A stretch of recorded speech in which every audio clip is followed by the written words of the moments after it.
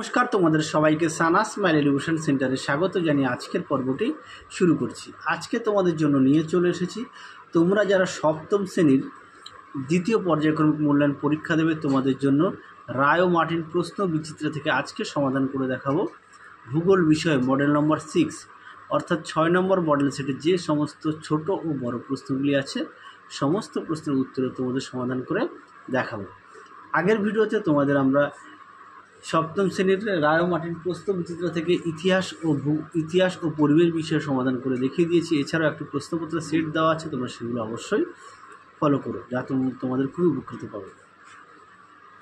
চলো দেরি না করে মূল বিষয়ে যাওয়া যায়। প্রথমে কী আছে দেখো, একের সঠিক উত্তরটি নির্বাচন করে লেখো। এক জায়গায় প্রশ্ন আছে পৃথিবীর বৃহত্তম মালভূমি হলো, সঠিক উত্তর হবে অপশান বি, তিব্বত মালভূমি। পরবর্তী প্রশ্ন দেখো, দুই দাগের নদীর আঁকা বাঁকা প্রবাহকে বলা হয়, সঠিক উত্তর হবে ডি, মিয়েন্ডার।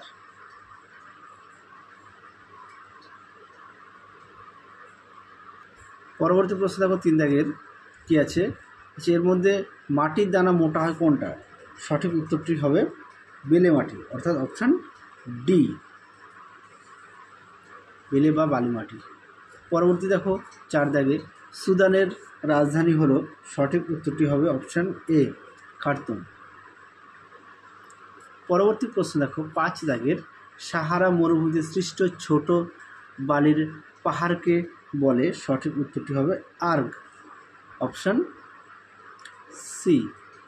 পরবর্তী দেখো কি আছে, এবার আমরা দেখব শূন্যস্থান পূরণগুলো সমাধান করব।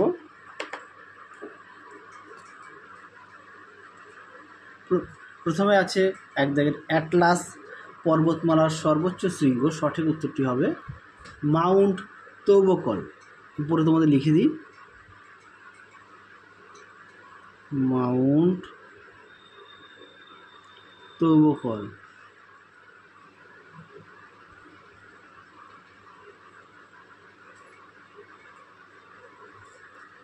পরবর্তী প্রশ্ন দেখো কি আছে, দুই দাগের, ভাগীরথী হুগলি হলো গঙ্গার প্রধান শাখা নদী,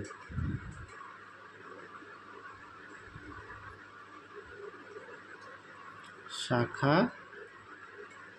নদী। পরবর্তী দেখো তিন দাগের, তাজমহল ড্যাশ শিলা দিয়ে তৈরি, সঠিক উত্তর হবে মার্বেল।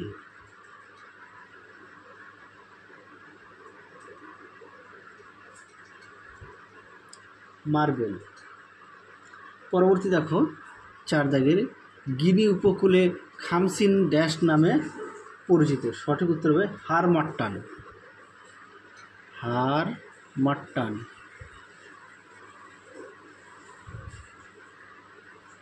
পরবর্তী প্রশ্ন দেখো, আফ্রিকার কিলিমাঞ্জারো ড্যাশ জাতীয় পর্বত, সঠিক উত্তর হবে আগ্নেয় জাতীয় পর্বত,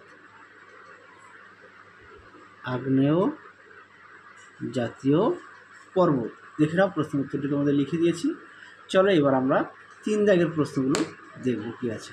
তিনের আছে, নিচের প্রশ্নগুলো উত্তর দাও যে কোনো দুটি। প্রথম প্রশ্ন আছে স্তূপ পর্বত কাকে বলে, উদাহরণ দাও। উত্তরটা দেখো, দেখে নাও প্রশ্ন উত্তরটি সুন্দর করে দেওয়া আছে। স্তূপ পর্বত দেখে নাও, সুন্দর করে দেওয়া আছে, দেখে নাও। চলো পরবর্তী প্রশ্ন আমরা দেখব।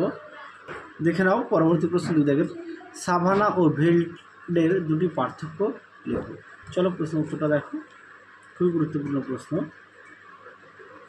দেখে নাও প্রশ্ন উত্তরটি সুন্দর করে দেওয়া আছে, আর তোমরা কিন্তু অবশ্যই বিষয়গুলো উল্লেখ করবে, প্রশ্নটি পরীক্ষায় খুব আসে। দেখে নাও প্রশ্ন উত্তরটি। পরবর্তী প্রশ্ন দেখো তিন দাগের, খাড়ি কি, চলো প্রশ্ন উত্তরটা দেখো। দেখে নাও প্রশ্ন উত্তরটি, খাড়ির সংজ্ঞাটা দেখে নাও, নদীর বদ্বীপ সংলগ্ন অংশের প্রশস্ত নদী মোহনাকে খাড়ি বলে। শুধু কিন্তু এইটুখানি লিখলে নাম্বার দেবে না, তোমাদের সৃষ্টিটাও লিখতে হবে, সৃষ্টিটাও লিখবে, বৈশিষ্ট্য দুটো মতো দেবে, আর উদাহরণটা কিন্তু অবশ্যই দেবে। দেখে নাও প্রশ্ন উত্তরটি সুন্দর করে দেওয়া আছে, তোমাদের পাঠ্য বইতেও দেওয়া আছে, তোমরা সেখান থেকেও দেখে নিতে পারো। চলো পরবর্তী প্রশ্ন দেখো। পরবর্তী দেখো চার দাগের, মাটির উপাদানগুলি কি কি, চলো প্রশ্ন উত্তরটা দেখো। দেখে নাও প্রশ্ন উত্তরটি সুন্দর করে দেওয়া আছে, দেখে নাও।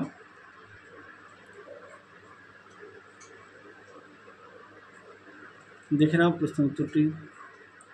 চলো পরবর্তী প্রশ্ন দেখব কি আছে।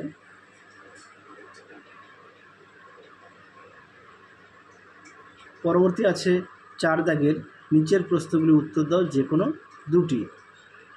তোমাদের সবগুলো প্রশ্নের উত্তরে দেখাও। প্রথম প্রশ্ন আছে নদীর উচ্চ প্রবাহ বলতে কী বুঝো। চলো প্রশ্নের উত্তরটা দেখো, দেখে নাও প্রশ্নের উত্তরটি। কোনো নদী যখন উৎস থেকে উচ্চ পার্বত্য অঞ্চলের উপর দিয়ে খর বেগে প্রবাহিত হয় তখন নদীর ওই গতিকে উচ্চ বা পার্বত্য গতি বলে।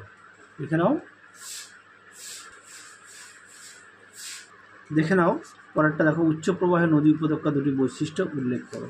চলো প্রশ্নের উত্তরটা দেখো, দেখে নাও প্রশ্নের উত্তরটি সুন্দর করে দেওয়া আছে, দেখে নাও। চলো পরবর্তী প্রশ্ন দেখো। পরবর্তী প্রশ্ন দেখব 2 দাগের কী আছে, আগ্নেয় ও পাললিক শিলার পার্থক্য লেখো। চলো প্রশ্ন উত্তরটা দেখো, দেখে নাও প্রশ্নের উত্তরটি সুন্দর করে দেওয়া আছে। অবশ্যই তোমরা কিন্তু বিষয়গুলো উল্লেখ করবে, দেখে নাও। দেখে নাও উত্তরের বাকি অংশটুকু। মোট 11টি পয়েন্ট দিয়ে দেওয়া আছে প্রশ্নের উত্তরটি। চলো পরবর্তী প্রশ্ন দেখব।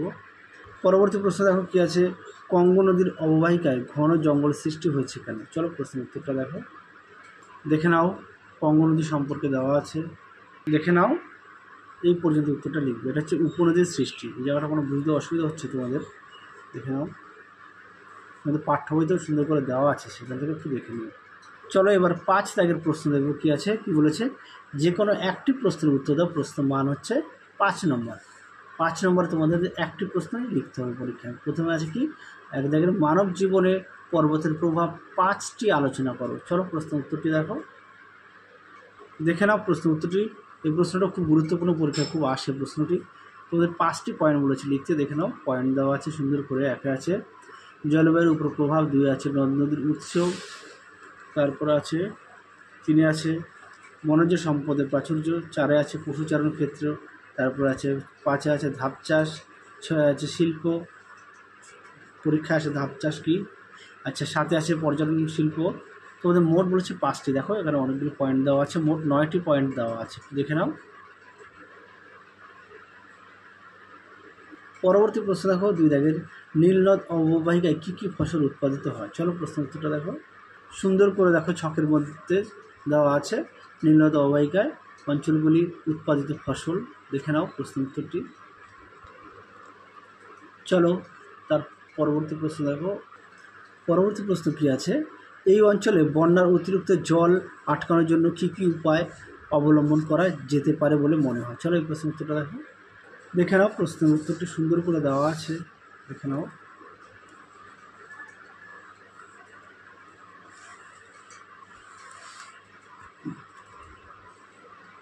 দেখো নীল নদের বন্যা নিয়ন্ত্রণ, হ্যাঁ তোমরা উত্তরটা এখান থেকে লিখবে, ঠিক আছে, এখান থেকে তোমরা লিখবে। আর এই পয়েন্টটা আছে নীলনদের বন্যার কারণ। পরীক্ষা অনেক সময় আসে নীলনদের বন্যার কারণ, অনেক সময় দেয়, সেই কারণে তোমাদের একেবারে আমি দেখিয়ে দিলাম প্রশ্ন উত্তরটি। আর নীলনদের বন্যা নিয়ন্ত্রণ তোমরা এই পর্যন্ত লিখবে, ঠিক আছে। বন্যা কীভাবে আটকানো যায় সেটা হচ্ছে এই পর্যন্ত উত্তরটা লিখবে। চলো তাহলে তোমাদের 6 নম্বর মডেল সেটের যে সমস্ত ছোটো ও বড় প্রশ্নগুলো আছে সমস্ত প্রশ্নের উত্তর দেখিয়ে দিয়েছি। আজকের মতো এখানে সমাপ্ত করছি, আবার দেখা হবে পরবর্তী ভিডিওতে। তোমরা সবাই সুস্থ থেকো, ভালো থেকো, টাটা।